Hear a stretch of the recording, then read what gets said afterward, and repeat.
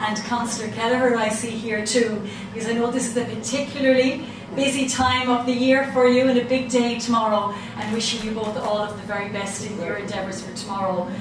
But I have to give a very, very hearty welcome to Sean Kelly, because Sean has been one of my personal heroes, one of my role models, one of my mentors for all of these years that I have followed him on television. When we listen to him comparing the Tour de France every year, it's always a pleasure, Sean, to meet with you, and thank you so much for all of the years' support that you're giving to the Tour de Munster, because without support like yours we wouldn't be able to gather such such media attention, even for tonight, for example, and for the cycle itself. And that's so important, because people need to get the message of what we're going to be doing in August, so that they'll be able to come out and to donate as much as they can. And of course none of us would be here were it not for the concept that one individual actually had 9 long years ago. And of course anyone can say they can have a concept, but can you deliver? Can you actually sustain the idea? Can you put the concept into practice? And that involves huge skills. It involves leadership skills, professionalism, it needs tenacity, it needs a certain bravery and a lot of courage.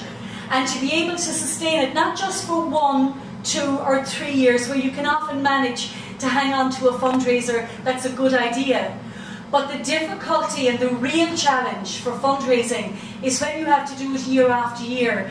And now the Tour de Munster is in its 9th year, and that is primarily down to the blood, sweat and tears of one person, and that is Paul Sheridan. And I really want to pay a very special tribute to Paul tonight and to all of his team.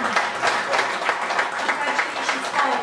It's very important that we acknowledge the people, because it's easy to just see the wonderful happening in August when everybody's out on their bicycles, and people just don't realise the organisation that goes on behind that. And we are so relieved to know that Paul has chosen us this year to be the recipients.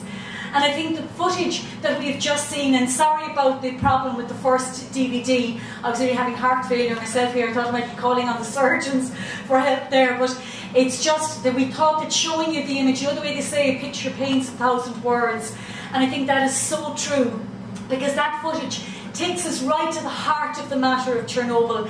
It also takes us right to the heart of the matter as to why all of you cyclists and friends here tonight, why you are out there pumping it up on the roads every night in training, and how you are crazy enough to take on this arduous task of 600 kilometres. And it is going to be tough on that cycle, but the reason I wanted you to see some of these images, so that when it gets tough, that you'll actually call on your memory and some of the images and some of the words that you'll have seen tonight. And I'm conscious that the world is very much at the moment preoccupied with the free fall economic situation that we have found ourselves in, and it is easy to become despondent. It is easy to despair when times are tough and hard. And I think sometimes people may say, well, charity begins at home. And of course, yes, indeed, charity does begin at home, but also we have the capacity to reach out to others on shores thousands of miles away, because we know that these people too have their hopes and their dreams for a better future. And I truly believe in the power and the tenacity of the Irish people to dig deep again for Tour de Munster and to make it the success that we need it to be in order to save the lives. And I believe in it because I think it is probably because of we're having these difficulties, we know what it is ourselves to see that very candle of hope flicker and almost fade into oblivion ourselves in Ireland. And because we've been touched by that ourselves, I think we are now willing to dig deep within our own personal inner resources and draw on that spirit of connection, of community, and to reach out to these people of Chernobyl. Because our motto remains strong. Yes, it is child by child. Yes, it is heartbeat by heartbeat, that we will not let these people feel alone. And it is your very dedication and your commitment that sends that loud and clear message that the people have not been forgotten and that you have chosen to act. And the work of our organisation is all about love in action, is all about hope, is all about triumph over adversity. It is about the restoration of faith in ourselves and our ability to make a difference, and the power of the ordinary citizen to have the vision and the strength to make our world a better place.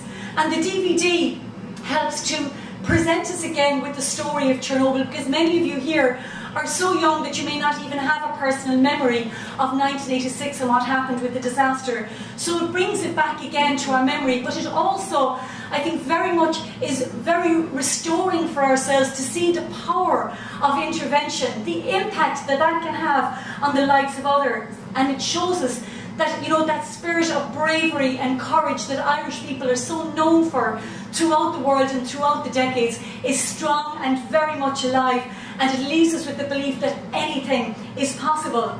And our philosophy is constantly coming back to, we will save these children one by precious one.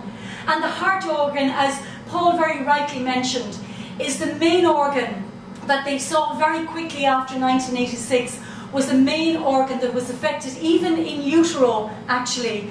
And that has passed from one generation to another, because we're 2 generations down since 1986, and they began to see children having heart attacks, children having strokes. When we discovered the Chernobyl heart condition, thousands of children had died. We immediately, when we created a list, trying to see how many children could we find to operate on, we had 7,000 children on our list, all deemed inoperable. And now we have that list down to 2,500. We've put in teaching schools, training schools, and we have 6 to 8 medical missions of cardiac surgeons travelling out to Belarus each and every year. But thanks to the Tour De Munster, we've been able to, in advance of the cycle, actually launch our programme into Ukraine. And I had the privilege of being with the first mission when the cardiac surgeons went out, and the privilege of seeing just life so precariously hanging in the balance and being able to see the power of that intervention. They have 6,000 children born every year in Ukraine, and only 3,000 get treatment. The other 3,000 are left to die. So you find yourself as a doctor there